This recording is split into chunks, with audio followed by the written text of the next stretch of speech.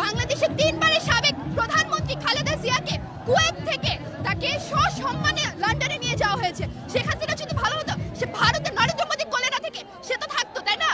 কোথায় থাকতো? ভারতের বাইরে অন্য কোনো স্টেটে থাকতো। বিশ্বে 195টা দেশ আছে, সে ভারতে কেন? তাই না? শেখ হাসিনা ভারতে 6 মাস যাবত পলায়ন আছে, সে ভারতে কেন আছে? সে কেন কুয়েতে গেল না? সে কেন আমেরিকাতে গেল না? তার মেয়ে তো সাইমা ওয়াজেদ, তার মেয়ে তো হুতে কাজ করে, সে কেন ভারতে আছে? সে এখন ভারতে বসে বাংলাদেশের পার্শ্ববর্তী সে ভারতে বসে সে সেখানে ছাত্র সমাজের জন্য ভাষণ দিবে। এটা কি কোনো ছেলে খেলা মনে হয়? বাংলাদেশ এবং ভারতের মধ্যে এক ধরনের চুক্তি আছে। সেই চুক্তিটাকে আপনি জানেন যে বাংলাদেশ থেকে কোনো চোর যদি ইন্ডিয়াতে যদি যে পলায় থাকে, সাপোজ পলায় আছে, সেখানে ইন্ডিয়া বাধ্য ওই লোকটাকে খুঁজে বের করে বাংলাদেশে পাঠাতে। পিনাকি ভট্টাচার্য সে আছে প্যারিসে, তাকে কি বাংলাদেশে আনতে পারতো না? লন্ডনের সাথে এই চুক্তি তারেক রহমানকে নিয়ে আসার জন্য শেখ হাসিনা বারংবার এটা হলো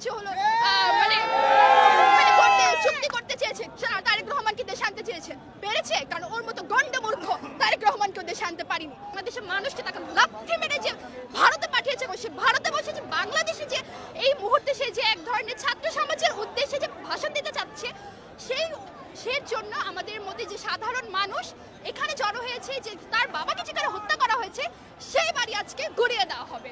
এবং আমার কাছে মনে হয় 5ই আগস্ট যেহেতু তার বাবার যেখানে হত্যা হয়েছে সেখানে পুড়িয়ে দেওয়া হয়েছিল, আমার কাছে মনে হয় সেদিন না পুড়িয়ে দিয়ে এই জায়গাটা যদি একটা বিধ্বংস করা যেত, আমার কাছে মনে হয় তখনই ভালো হতো। কিন্তু যেহেতু শেখ হাসিনা আজকে বলেছে রাত 9টায় সে আজকে স্পিচ দিবে, আমার কাছে মনে হয় আজকে যে ধানমন্ডি 32-এর যে বিল্ডিংটা আছে সেটা একেবারে গুড়িয়ে দেওয়া উচিত।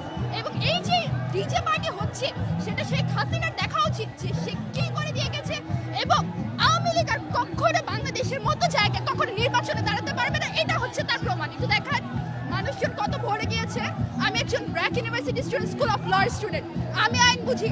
বাংলাদেশের সংবিধানটাকে যে তারা যে নস্যাৎ করে দিয়েছে, এটা হচ্ছে আজকের এই জনসমক্ষণ প্রমাণ। এবং আমার কাছে মনে হয় এটার একটা প্রাপ্য, এটা একটা শেখ হাসিনা প্রাপ্য।